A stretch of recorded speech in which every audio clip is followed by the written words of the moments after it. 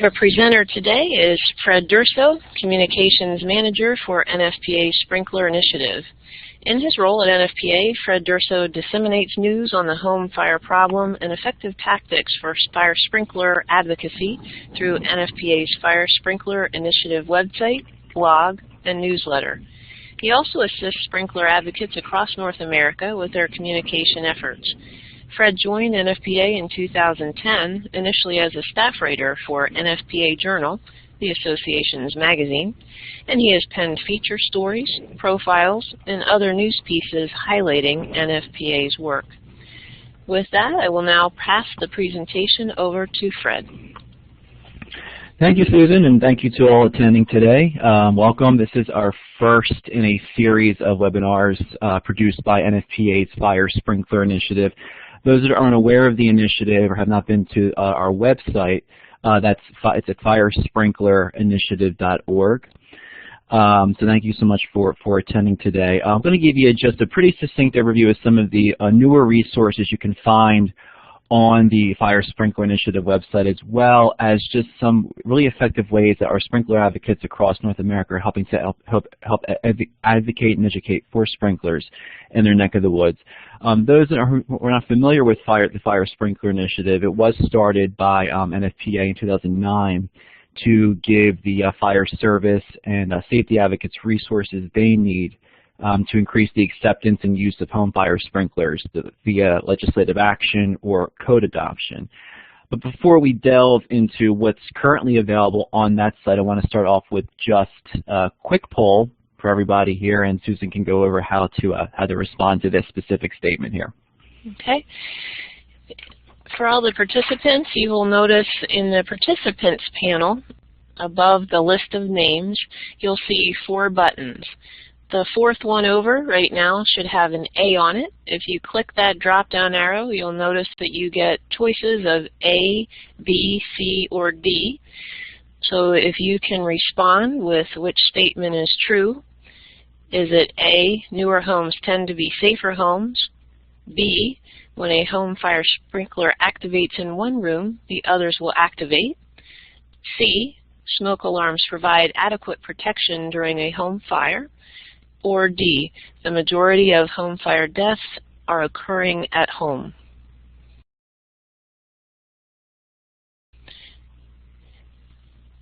And just so you know, other participants will not be able to see your answer. Only you can see that in the window, and we'll take about 15 seconds, and then we'll publish the results as a percentage. So if you have not responded yet, please go ahead and select A, B, C, or D. And again, that button is located toward the upper left of your participants panel, right next to where that hand is located. All right, excellent. We're going to go ahead and publish our results.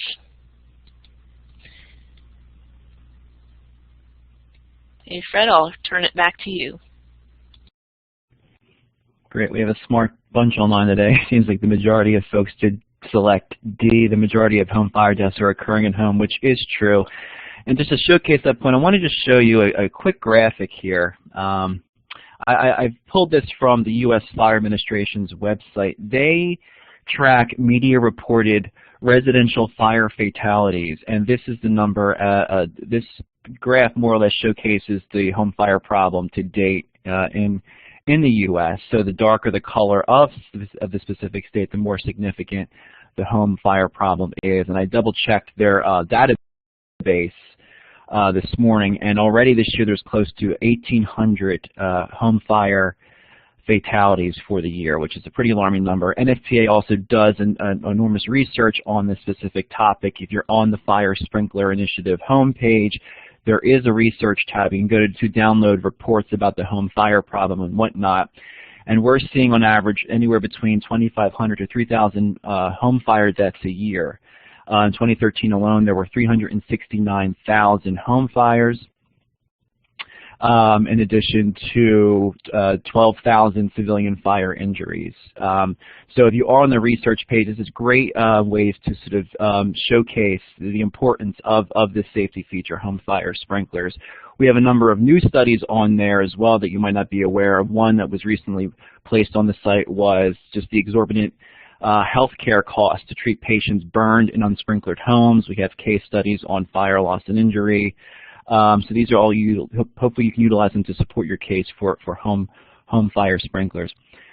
Coupling those statistics with what I'm calling other national tragedies taking place out there.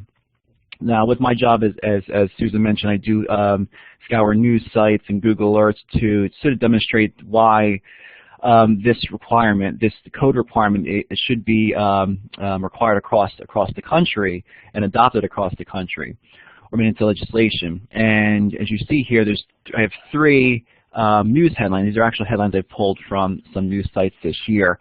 Just to give you some examples of what's been going on, the first one, there is a requirement to sprinkler all new homes in Minnesota, homes of a certain size. And we learned as of last week, the Minnesota Court of Appeals invalidated that requirement. So it was a huge setback for advocates in that specific state.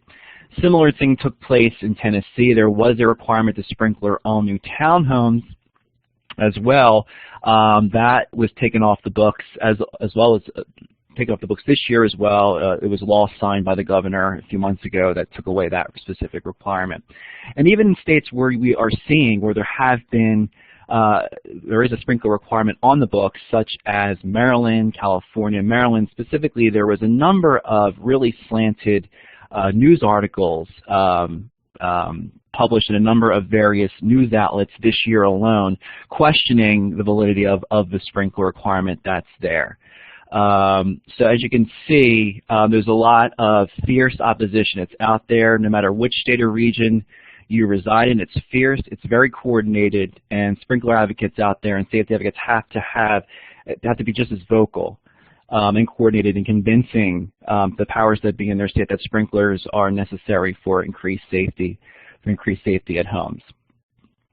But despite these setbacks, we have a number of advocates across the country doing phenomenal work, not only in the U.S. but also in Canada. So I'm going to give you just a couple quick hits as to how you can help advocate for sprinklers in your neck of the woods, how you can help educate, and just some really quick and easy ways of how you can get involved in this push for safety across North America. How to get involved? Well, the quickest way to do so is to join one of our state sprinkler coalitions. I shouldn't say our because this is a collaborative effort. NFPA is a member of all of these coalitions, as well as members of the fire service, safety advocates, burn survivors. So if you look at this map right here, the blue states indicate there is a sprinkler coalition that has been formed in that specific state. And again, their goal and their push varies from state to state. But what they're simply doing, some are simply educating the public on the importance of home fire sprinklers through events and other sort of media outreach, where others are looking to get sprinkler requirements on the books in their specific state. So if you are on the Fire Sprinkler Initiative website, again, firesprinklerinitiative.org, you can go to the State Coalitions tab. Every specific state does have their own web page, and that gives you very, very sort of state-based information. So I have just an example here from Illinois where you have on this specific page members of the coalition, and it also gives you very localized data about the home fire problem in your specific state or region. So if you want to know how many home fire deaths have occurred in your specific area, most of these coalition pages have that information on there, as well as also there's an email or contact information about how you can get involved in that specific state. So we give these coalitions a great online presence for their work. In addition, we have 2 regional sprinkler specialists that provide more on-the-ground support for the efforts taking place in your specific state or region. So if you are in a said state, I'll go back to the slide here, where it's not colored in blue, yet you want more information about how you can get involved, if you go to that state coalition's page, there is information about how to contact our 2 regional sprinkler specialists about how to maybe start a coalition in your specific state. or how you can get involved more on a local level for this specific push. So please keep that in mind going forward. And a couple quick just examples of how some of our advocates are helping to, again, advocate and educate. This is just a couple tidbits I pulled from the New York Sprinkler Initiative. That's their version of a coalition that took place, that was formed actually earlier this year. And their push was to get the 2015 International Residential Code adopted. And that code includes the requirement to sprinkler all new 1- and 2-family homes, as do all model building codes utilized in the U.S. They have that requirement to sprinkler all new 1- and 2-family homes. So their goal was to get that requirement adopted, and they did so through a number of really phenomenal media events. That photo there on the right is from one of their live burn demos they did, and they got a lot of great media attention from those live burn demos. They even put together an online petition urging the State Code Council to adopt this requirement, the sprinkler requirement, and amassed a number of signatures for that effort. So these are things that NFPA can definitely help you with in your push in your state or region as well.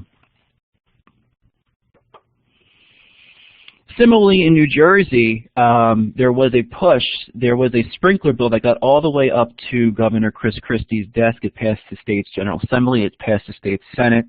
It was awaiting a signature from Governor Chris Christie. And the advocates there did a phenomenal job in getting the word out about that specific sprinkler bill. So again, they're utilizing media events. There was a number, I kept seeing, I think it was like an op-ed a week from the New Jersey folks in local newspapers about why this sprinkler push is so important, the benefits of having it, why the governor should sign this bill. And they also created, again, an online petition collecting signatures from across the state, even across the country, for the governor to sign this specific bill. And every time someone signed that bill, the governor's office was alerted that said person signed this specific bill.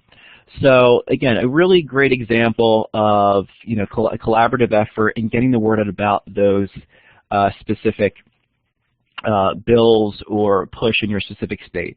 And I'm going to go to a specific website right now from the Fire Sprinkler Initiative site, a specific page.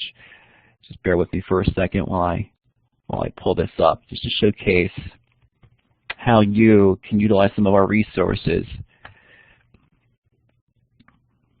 So here's our advocacy materials page. And as you see here, there's a number of things you could utilize to help spread the message in your state. We have the Talking Home Fire Sprinklers tab here. Hey Fred, sorry to interrupt. Yes. We're not seeing the website, so we might want to just double check that the follow me checkbox is selected, and just make sure that when you press enter, the site should fill up the whole screen where the whiteboard was. I am seeing it on my end. Do you see it? Do not. If you want, go ahead and put the URL in the chat window for me, and then Sure. I can try it. I'm going to take us back to the whiteboard for a moment. Okay. Some people are seeing. Participants are seeing it now. Okay, okay. perfect. No, sorry. Okay. Okay, it's okay. Thanks for the note there. So if you go down to Talking Home Fire Sprinklers, you'll see a really great bullet point, tips on how the fire service can communicate home fire sprinklers to the media. This is also catered to not only the fire service but other sprinkler advocates out there. So this gives you really good bullet points of what you should possibly what you should be covering during a media event or even some sort of outreach taking place. This is actually developed by the California Fire Sprinkler Coalition. It's gotten a lot of good use since the release of this specific document. Again, this is all free information as well. And they make a really good point to mention, most of the fire service are on the scene during a fire. They, of course, mention the fact that the home did not have working smoke alarms. What they're also doing is mentioning whether or not the home had fire sprinklers in them as well. So, just getting the media aware of the fact that these devices also exist, getting the public aware that these devices exist as well. So that's a great tool right there. You'll also have a number of PowerPoint presentations, all the other quick-hitting talking points you can possibly provide or utilize to your benefit as well.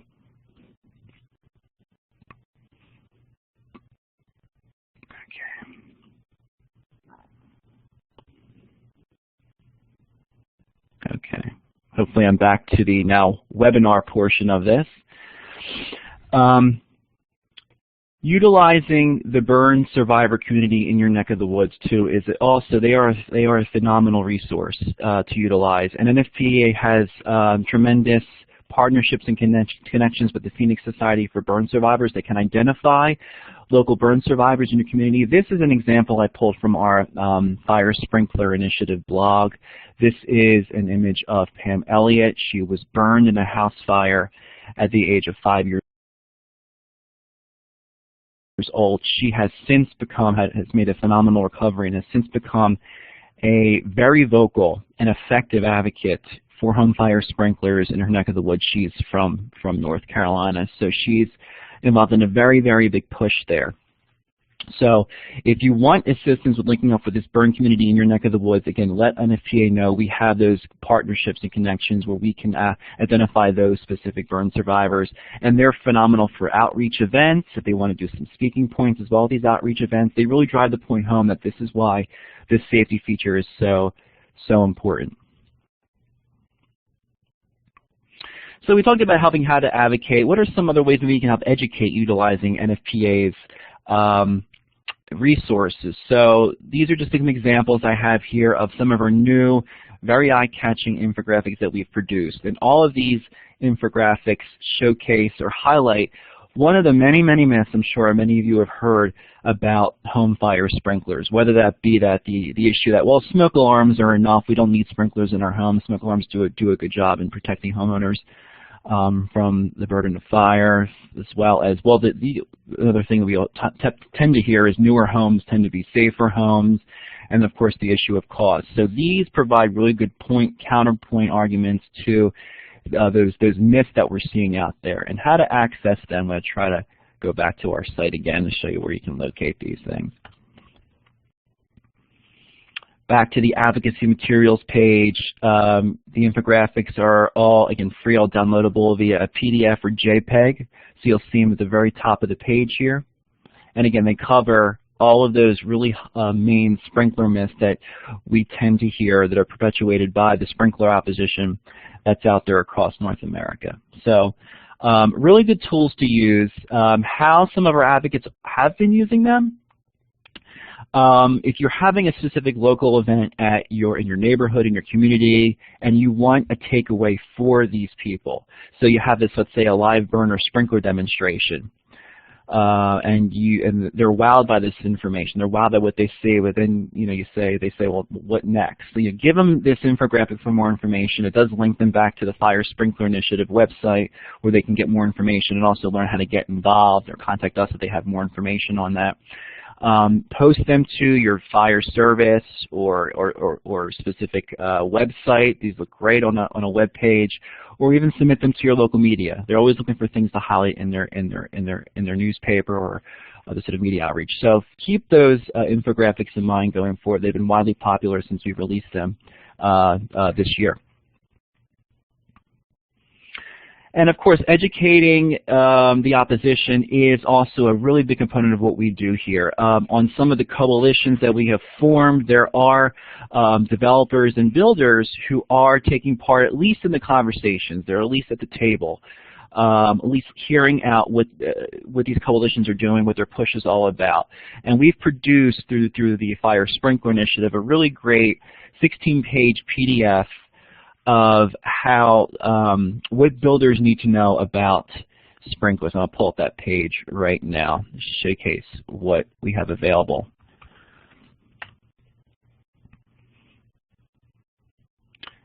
So as you see here, you can easily download the 16-page PDF, and it includes, and we've broken it down to topic areas. So you'll see things about sprinkler costs that's been addressed, the issue of sprinkler myths.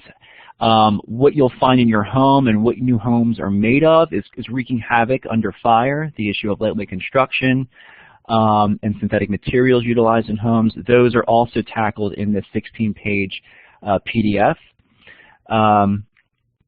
as well. So, download the PDF, it's free, and also utilize some of the information that you see here. We also have a homeowner sprinkler survey that was conducted showcasing that homeowners do want this life-saving device in their in their new homes, how they can market it, how they can get trade-ups, things of that information that would be really helpful and beneficial to the building and developing community out there. And we have found a few diamonds in the rough out there.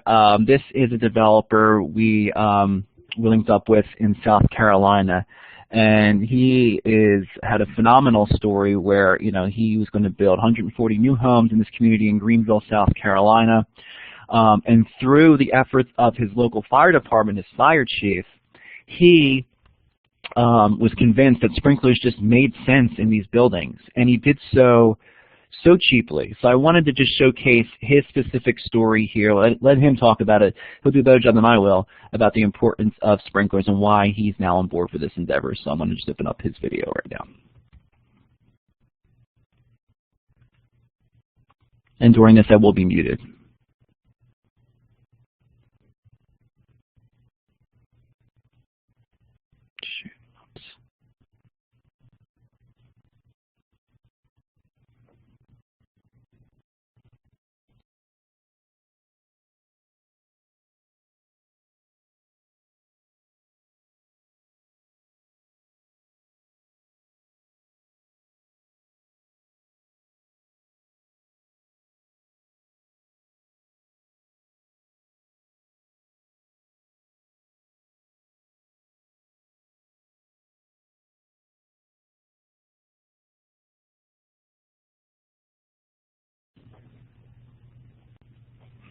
Okay, thank you, Russ. So we have a number of other case studies from across North America, again, showcasing that sprinklers are not bad for business. Homeowners do want them. They're a significant life safety feature. They're a great business decision. These things are all highlighted on via these case studies that we have documented and filmed and recorded, again, also under the Advocacy Tools section of on our Fire Sprinkler Initiative. Lastly, I just want to make it just a pitch. If there's something going on in your neck of the woods, a sprinkler news story you're a part of or you've heard, send that information to us. We'd love to highlight everything, the good, the bad, the ugly on our site. So, we want to get as much information out to our advocates across the country as possible. So this is just an example of any advocates from Canada on board today. This is an example I got about a sprinkler save, a sprinkler activation that took place in Canada earlier this year. So if anything is taking place, if there's a sprinkler event, sprinkler save, sprinkler legislation you've come across that you want highlighted, send it to NFPA. We're happy to put that information on our very popular Fire Sprinkler Initiative blog, as well as the Fire Sprinkler Initiative website. So again, I'm just scratching the surface here about what you can find on the site. Go to firesprinklerinitiative.org in your free time. Peruse the advocacy materials, peruse those research reports. Please get involved in some form or fashion. Join a state sprinkler coalition, or look into maybe starting one in your neck of the woods. Look into what legislation or requirements for sprinklers or lack thereof are occurring in your state or region. That information is also available on the site, and also there's a link to our very, very popular blog. And if we can help in any way going forward, please let us know. If you need information, resources, please contact the NFPA Fire Sprinkler Initiative team, and we'd be more than happy to sort of get that information to you. The best way to stay up to date on information regarding from the sprinkler world is to please sign up for our newsletter. I'm going to put the shortcut or the link in the chat box right now. That's the easiest way to get to the newsletter. Sign up for it. It's once a month. It's free. It gives a nice array of sprinkler news taking place from across the U.S., across North America as well. It also highlights any sort of new sprinkler legislation or code requirements taking place across North America. So feel free to sign up for that newsletter if you haven't done so already. And last pitch is we have a new, if those of you on Twitter, we have a new NFPA FSI Twitter account. Please follow us on Twitter for any late breaking or any breaking news taking place across North America. And with that, I want to just say thank you to everyone for attending today. This is the best way to get in contact with me. Feel free to email me, give me a ring, shoot me an email. Also follow me on Twitter, and I'm happy to take any questions at this point. Fred, we had one question. It was, do we have case studies from California or Maryland?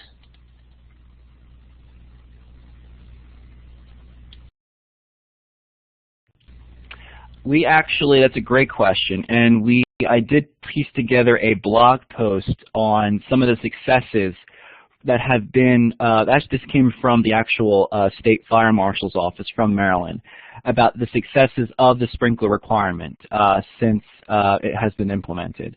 And I can, if there's some way, Susan, for me to send that blog link to folks, I'd be more than happy to do so once I sort of find out where it lives on our blog. But there have been a number of studies in Maryland, at least actual evidence supporting the fact that home sprinklers have been saving lives there. And they have not had one fire death in a sprinklered home in Maryland per the State Fire Marshal's Office.